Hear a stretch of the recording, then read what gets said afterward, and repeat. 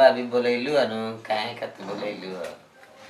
अरे निक न लागत रहे जी ऐसे बोलले हन कैसन मौसम हो एकदम ठंडा ठंडा इतना तो मौसम बा मगर इचको निके नहीं खिलात हमरा घर में अकेले बैठे बैठे बोर हो जाता नहीं इचको मन नहीं खिलात का करी मगर हम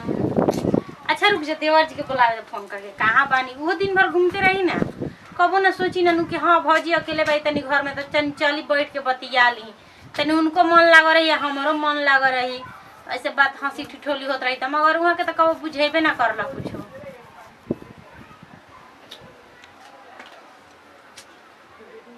हेलो हाँ हेलो काजी देवर जी कहाँ बानी? अरे तू जहाँ सोच लगू वही बानी हम तो सोचे तनी कि हमरा आगे बनी तो हमरा आगे कहाँ बनी रहा बोला ना आज ही का आई ना आई खातिर तो फोन कर ले हमारे तो मन करता है वैसा नहीं का हमारे मन वैसा नहीं करता है दे तर मौसम बनल बा मौसम तो बनले बा मगर मौसम में तनी रंगीन रही तब नु अच्छा लगे। अच्छा तो आज तनी रंगीन हो जाई। हाँ तो ठीक बेटे कितना देर में आवत नहीं बस ये पिछोरिए पड़ले बनी घूमत। हाँ तब आई ना जल्दी ठीक बा ठीक बोलैलू अनु काहे खातिर बोलैलू अरे निक न लागत रहे जी ऐसे बोलले हन का कहीं रवा के इचको घर में बैठे बैठे निक के नहीं खेला बोलैलू अनु अरे बोलले हन कि रवा का दिन भर घूमते रहने खातिर तनी मुनी आइबो ना करना नु कि हाँ तनी मन साइन आई बतियाई बोली भौजाई के संगे तरवा दिन भर खसी नहीं होने रही ना मगर हमनी पर का ध्यान देम रवा तारा पे तारा का देख ली ननु तो देखते रही ना पर नजर ना हटेला सही में। हां और जब हाथना हमरा के देखती है नजर ना हटत तरवा आईती ना बार बार भेंट करे फिर भी कॉल 50 का फोन कर के खाली है ना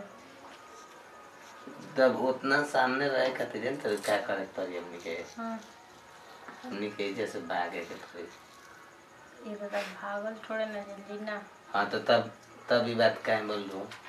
तो मान ली कि भौजाई हइले हनी देवर हइले हनी तो आ ना जा सकी ना एक दो वाली तो घरे आइए जा सकी ना एक खातिर थोड़े ना कोई बोली तरवा दिन भर में एक को वाली दो वाली ना आई ना कोई मौका लगा के जोक मार ले बा। हाँ ये तो हमारा पति बेटे की अपन मौके लगाइए कि ना वही में आदमी कर लग सब जोन करे रहेला। हां तो ये देख तेरा तो सोच भी ना करना इतना अरे हम तनी में सोची ना लेकिन उपाय तो हरे बेरी बा हम कुछ नहीं की कर सका सोच के। हाँ ये तो जानते बनी हम का हम डायरेक्ट नहीं ना सकत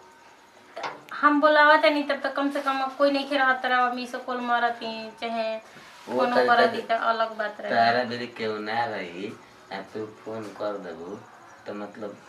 इसको पकड़ाए वाला चांस नहीं कि अगर हम फोन करतनी बार बार केहू रही तारा बेरी पकड़ा जाई लेकिन।